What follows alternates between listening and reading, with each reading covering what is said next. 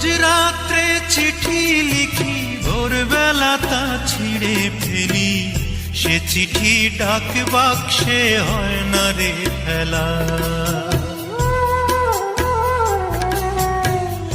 এ যে বড় যন্ত্রণা রে, এ যে বড় যন্ত্রণা, সে যন্ত্রণার কথা যায় না রে বলা। আমি রোজ রাত্রে চিঠি লিখি, ভোরবেলা তা ছিঁড়ে ফেলি, সে চিঠি ডাক বাক্সে হয় না রে ফেলা। এ যে বড় যন্ত্রণা রে, এ যে বড় যন্ত্রণা, সে যন্ত্রণার কথা যায় না রে বলা। অঞ্জনা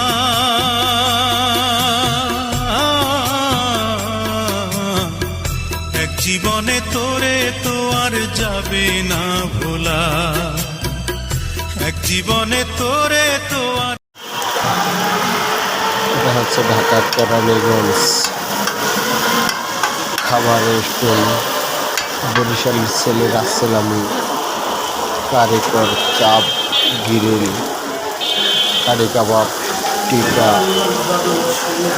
নান, রুটি, পরোটা, অনেক কিছু হয়। আমাদের ঢাকা, আমি বরিশালের ছেলে রেস্টুরেন্টে চাকরি করি। ভালো লাগলে ভিডিওটা লাইক করবেন, কমেন্ট করবেন, শেয়ার করবেন। চলে আসেন আমাদের দোকানে, আইসা ঘুরে যেয়ে খেয়ে যাবেন। ভালো পরিমাণের খাবার আছে, পাশাপাশি আরও ভুলা খিচুড়ি, তেহারি, মোরগ পোলাও তাও পাওয়া যায়। খোলামেলা খাবারের জন্য আরও খাইব। এটা হলো এই যে বসে আছে ম্যানেজার, এটা হচ্ছে কাউন্টার, ঠিক আছে। একটা আছে দেখতে পাচ্ছে, আসলে আমি এখন দিচ্ছি।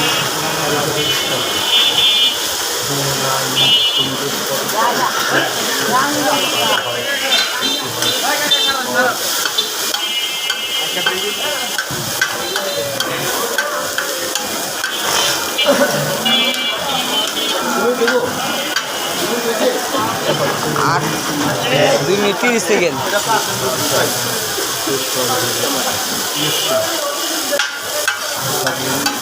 ভালো লাগলে ভিডিওটা লাইক করবেন, শেয়ার করবেন। বরিশালের ছেলে রাসেল আমি, সেই ভিতরে দেখা।